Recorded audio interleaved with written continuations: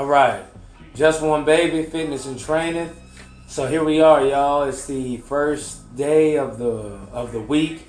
It's July 8th, 2019, around 4:53 a.m.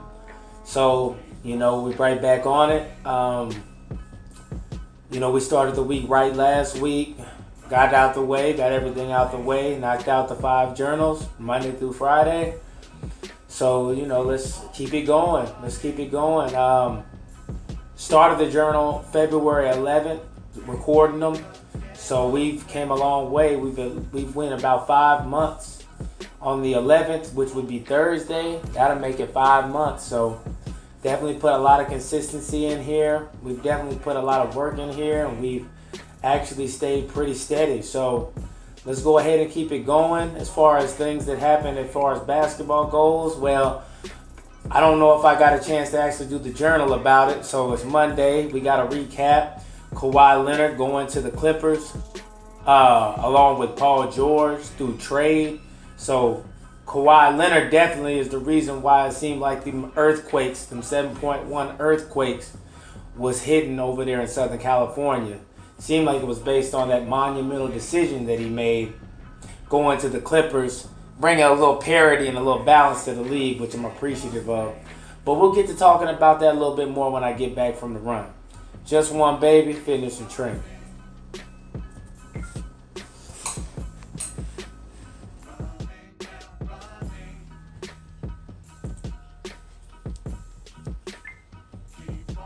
All right, y'all. Just one baby, fitness and training, man. So just knocked out the run for July 8th, 2019. It's about 6:06. So we got 55 to an hour in of running today. I ended the intro by talking about some of the things we missed from the free agency, which was Kawhi Leonard going to the Clippers. And I guess they're saying the reason why it took so much time was to persuade Paul George into wanting to come play with him. And somehow, some way, Paul George, he initiated a conversation, negotiated with his team, got him to execute on a trade where he's ended up going to the Clippers. Now, it's looking real good as far as what, at least the future looks bright for Oklahoma City with what they got in exchange for Paul George as far as draft picks, as far as the future goes, because Oklahoma's been known to make some great teams. You know what I mean? Homegrown. They pick well, they draft well, they sign free agents well. They just do a good job as far as like their front office goes, as far as player talent. Now, player development, maybe, like they're in the middle.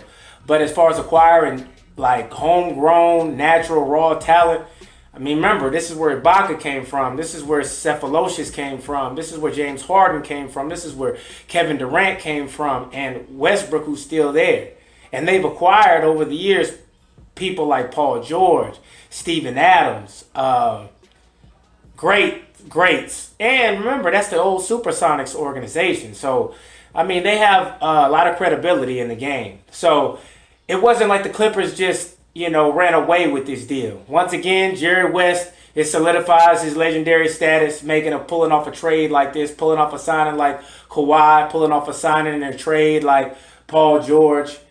And also it brings a lot of parity back to the league, so I know a lot of fans are happy. There might be a lot of local fans, like Lakers fans, that are upset, or local fans like Toronto that's upset, but Toronto can be too, man. I mean, they got a championship out of that year they had them, so they got to be appreciative of that. So that's the biggest news as far as the NBA free agency. I got a chance to see Zion in the Summer League. Definitely an explosive brother. Shot-wise, I hear people saying his shot doesn't look the best right now. His mechanics are bad. And some people say it's as bad as Lonzo Ball. I think that's a stretch, man. He's a left-handed guy. I think he'll figure it out. The only left-handed person that was inaccurate that I've ever seen in any sport is probably Tim Tebow. And that's on a pro level because he was accurate in college. So I thought he was going to figure it out. I don't know if he had enough time to figure it out, because it was funny because I was reading up on Steve Young, and they said Steve Young only completed 41% of his passes in high school, but he worked hard at BYU, and he got to the point where he was completing 71.8, which is 72% of his passes. So there's always hope. You know what I mean? So don't ever give up. That's just that I say that, and I want to piggyback on. Hey man, work hard on your craft. You know, continue to work hard on your skills. And you can improve, man. Like, as long as you alive, you are in control of your life, man.